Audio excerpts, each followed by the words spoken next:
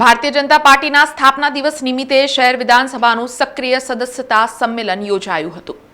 ભારતીય જનતા પાર્ટીના 46મા સ્થાપના દિવસ નિમિત્તે સક્રિય સદસ્યતા સંમેલનનું આયોજન કરવામાં આવી રહ્યું છે। ત્યારે શહેર વિધાનસભાના સંમેલનનું આયોજન મિલન પાર્ટી પ્લોટ વીઆઈપી રોડ ખાતે કરવામાં આવ્યું હતું।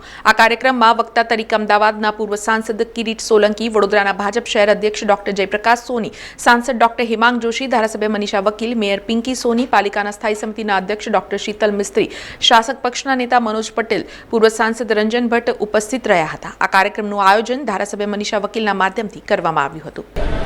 ભારતીય જનતા પાર્ટીના સ્થાપના દિન નિમિત્તે 46 વર્ષ પૂર્ણ થયા છે અને આ દેશમાં અલગ અલગ જિલ્લાઓમાં, તાલુકાઓમાં સક્રિય સભ્ય સંમેલનનું આયોજન કરવામાં આવ્યું છે। એ નિમિત્તે વડોદરા ખાતે વડોદરા શહેર વિધાનસભાનું આજે આ સંમેલન રાખવામાં આવ્યું છે। ખાસ કરીને આ સંમેલનમાં જૂના કાર્યકર્તાઓ જે વર્ષોથી જે ભારતીય જનતા પાર્ટી સાથે સંકળાયેલા છે એ લોકોને ખાસ નિમંત્રણ આપવામાં આવ્યું છે। સાથે જે સક્રિય છે અને વર્ષોથી બૂથ લેવલ પર કામ કરતા હોય એવા કાર્યકર્તાઓને પણ નિમંત્રણ આપવામાં આવ્યું છે। ખાસ કરીને જે સરકારે ગયા વર્ષોમાં જે કામ કર્યું છે, ગયા 13 વર્ષમાં ભારતીય જનતા પાર્ટીએ જે નિર્ણય લીધા છે, લોકહિતના કામો કર્યા છે, એ પણ આજે મૂકવામાં આવશે। સાથે સાથે જે કોંગ્રેસની સરકારે 60 વર્ષમાં કામ ન કર્યા અને જે તુષ્ટિકરણની રાજનીતિ રમી છે એ વિશેની પણ વાત મૂકવામાં આવશે અને આવનાર દિવસોમાં જે કંઈ પણ કામ ભારતીય જનતા પાર્ટી કરવા જઈ રહી છે એ પણ વાત મૂકવામાં આવશે।